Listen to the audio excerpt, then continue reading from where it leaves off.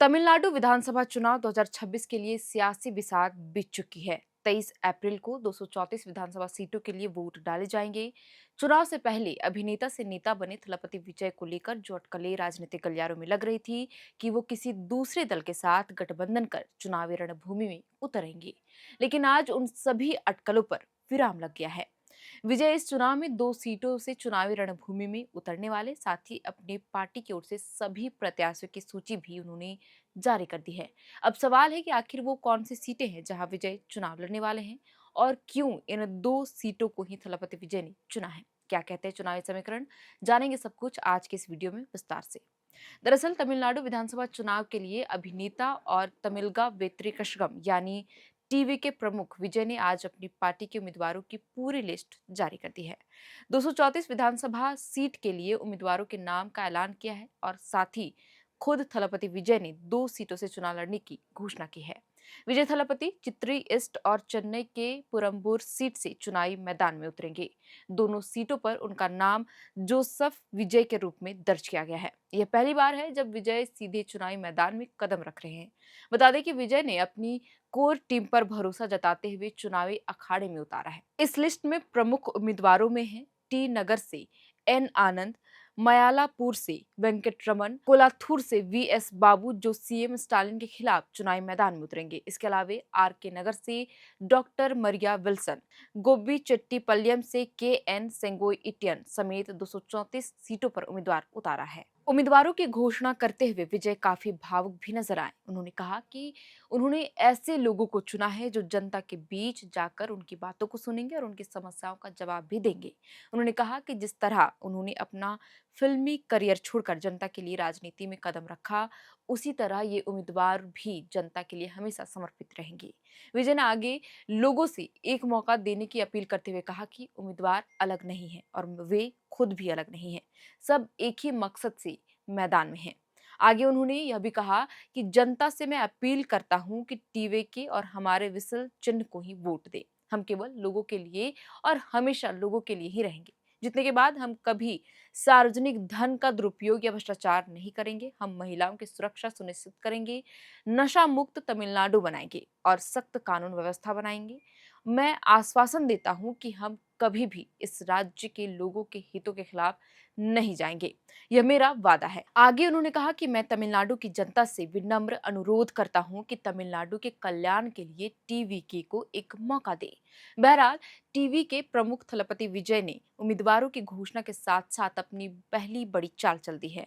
TVK ने युवाओं के लिए बड़े वादे भी किए हैं। पार्टी ने ऐलान किया कि अगर टीवीके की सरकार तमिलनाडु में बनी तो 29 साल से अधिक उम्र के उन युवाओं को हर महीने सरकार 4,000 रुपए देगी जिन्हें अभी तक नौकरी नहीं मिली है। इसके अलावा डिप्लोमा धारकों को हर महीने 2500 रुपए देने का उन्होंने वादा किया है। इसके अलावा विजय ने तमिल एम्प्लॉयमेंट क्रेडिट सिस्टम का भी ऐलान किया है। इसके तहत जो निजी कंपनियां अपनी 75% कर्मचारी तमिलनाडु के लोगों में से रखेंगी, उन्हें एसजीएसटी में 2.5% की छूट दी जाएगी।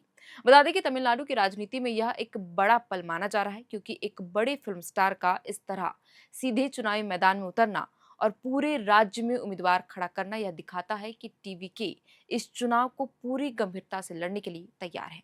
आपको बता दें कि विजय का पूरा नाम जोसेफ विजय चंद्रशेखर है। वह तमिल फिल्म इंडस्ट्री के बहुत बड़े सुपरस्टार हैं और लोग उन्हें प्यार से थलपति विजय भी कहते हैं। उन्होंने कई हिट फिल्में दी हैं और उनकी लोकप्रियता सिर्फ फिल्मों तक सीमित नहीं है, बल्कि लोग उन्हें एक मजबूत और प्रभावशाली व्यक्ति के रूप में भी देखते हैं।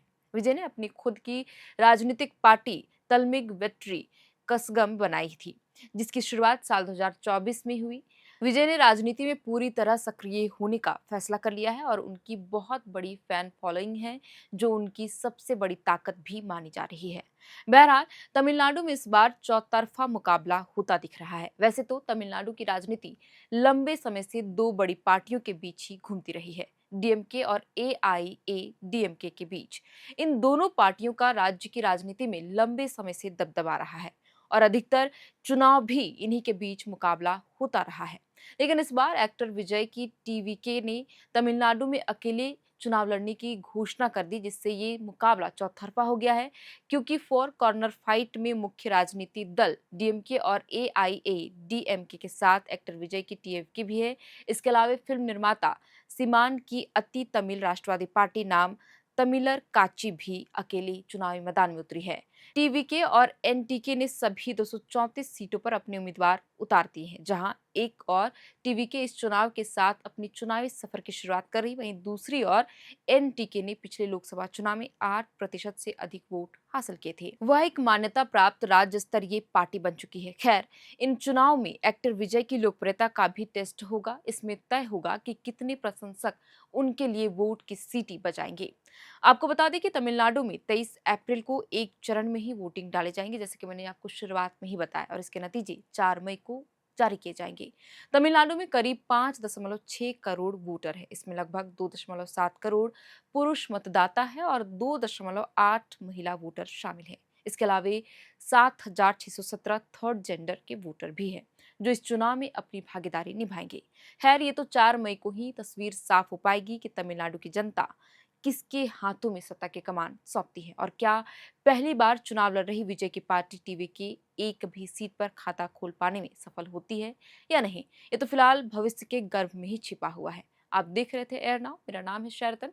कैमरे के पीछे मौजूद है हमारे सहयोगी अभिषेक। बहुत बहुत शुक्रिया।